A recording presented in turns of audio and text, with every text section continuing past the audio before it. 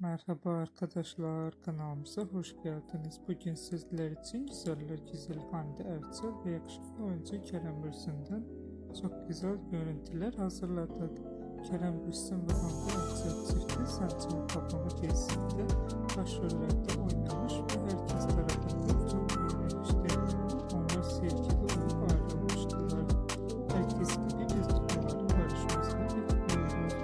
Biz de sizler için onların en güzel ve romantik karelerini hazırladık. Bu videoların devamı gelmesini istiyorsanız kanalımıza abone olup yorum yazmayı unutmayın. Kanalımızda daha birçok video bulabilirsiniz. Bizi izlemeye devam edin. Herkese teşekkür ederiz.